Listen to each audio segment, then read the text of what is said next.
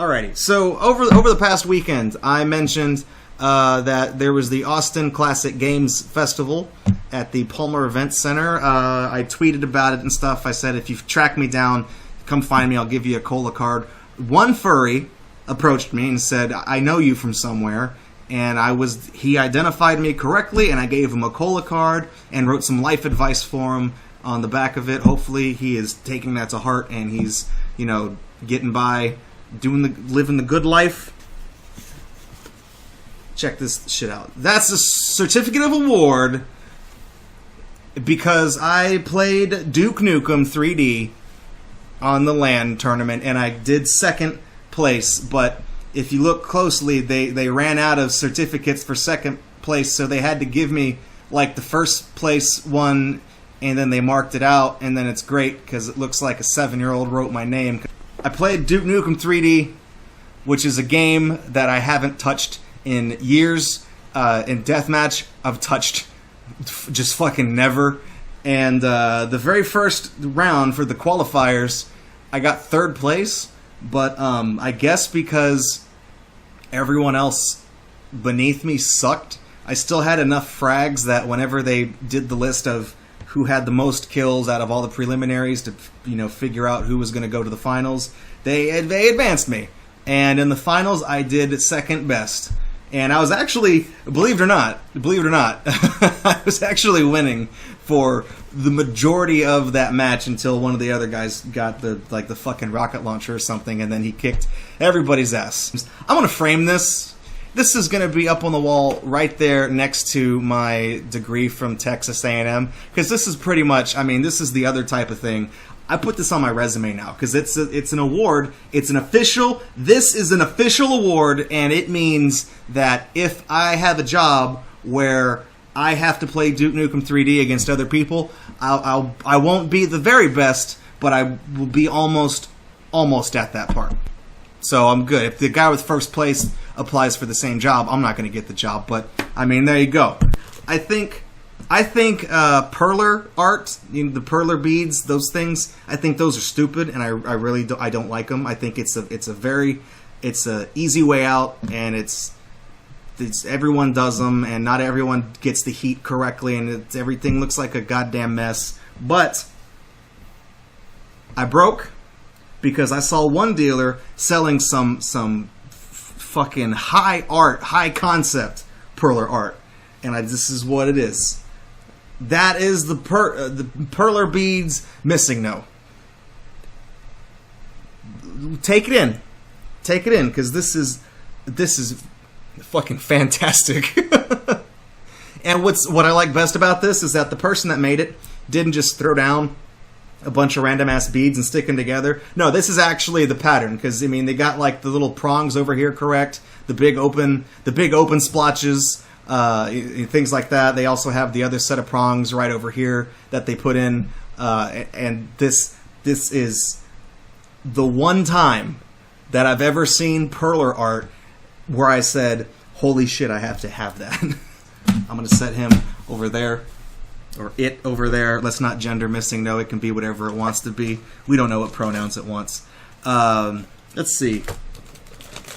Okay, now you guys know that I'm a huge sucker for trading cards. I collect trading cards that are still sealed, and every once in a while I crack them open. Sometimes I crack them open right here on the Unbox. So the Austin Toy Museum in Austin, Texas had a presence at the Classic Games Festival, and they were accepting donations in exchange for these things called Rad Packs, which are the craziest, holy shit.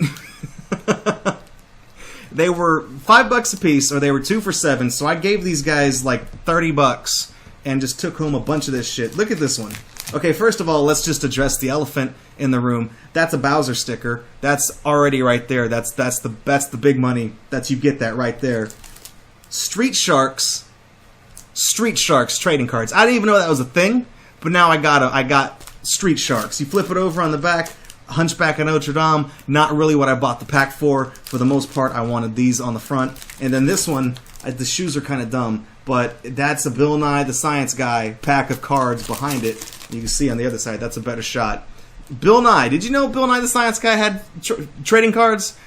you imagine all the science that you can learn with this. This is how you cheat. I could have cheated on every science test I ever had when I was in grade school. Look at that guy. That Nye. And finally, the last thing I want to show off. This was the coolest thing. This was the coolest thing.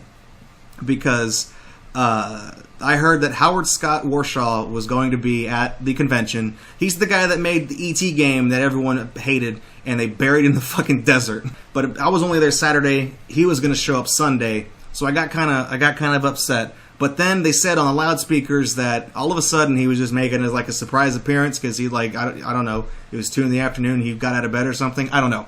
But he came down to the convention and he was there and I said, holy shit, I had to run all the way. I left the convention immediately, went all the way to my truck. I went and got my copy of E.T. and I asked him to sign it for me. And apparently there were other people asking the same thing, but there were people selling classic games that were scalping for copies of E.T. Like they were selling that shit for like $20 a copy, which is the most that anyone has ever sold a copy of E.T. that did not come out of the ground. $20 for fucking E.T. $20. Look at that kid's face. He's crying because somebody made $20. Also, he's crying because E.T. dies at the end or something, or he goes back to Mexico, whatever it is, however the movie ends. He signed it. Yours truly, HSM. That's his writing. That's the man, and he seemed genuinely happy that when I handed him this game, I had it in one of my jacket pockets, and I said, hey Howard, my name is Andre. It's an honor to meet you. My dad gave me this game 20 years ago, and it would be an honor if you signed it for me. And he was like floored because I'm not a fan of E.T., but this is a copy that I've had in my possession for pretty much my entire life. And I didn't have a fucking price tag right here that, either was very poorly picked off or was still on the cartridge like what some people had. So he was really happy that there's kind of a personal touch there. This is actually a memento that belonged to me. There's a store that's local to San Antonio and Austin, Texas. They're called Game Over Video Games, and they're huge. They were one of the main sponsors of this convention, and they had they had more than 3 dealers booths, but 3 of their dealers booths had been combined into just the one booth, and they brought all their shit that they couldn't sell, all their terrible, horrible crap, and everything was $1. I got this on $1. Tony Hawk's American Gameland. Check this out. You stand on this is revolutionary. Look at this. It's upside down. Look at this fucking technology. I am not joking around right here. You stand on it and then the game tells you to do something. You jump on the snowboard and your character in the game sort of does the same trick. You follow me? This is some ground floor shit, okay? $1. I invested hardcore in that. It also comes in brown. It's a brown one. I got just 2 browns. Okay, hang on. And then there's edgy 14-year-old. I don't know what the fuck I'm gonna do with 4 Tony Hawk ride boards because I'm sure as hell not gonna play the game because I don't own the game. I don't want to own the game. I don't want to play the game. Ultimate play the game.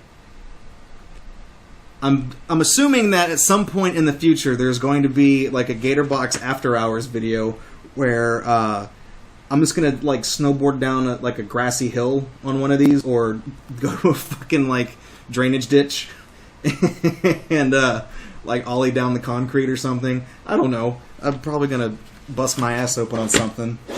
So I'm going to give these skateboards the rental car treatment and drive them like I hate them. And that's going to be the end of that.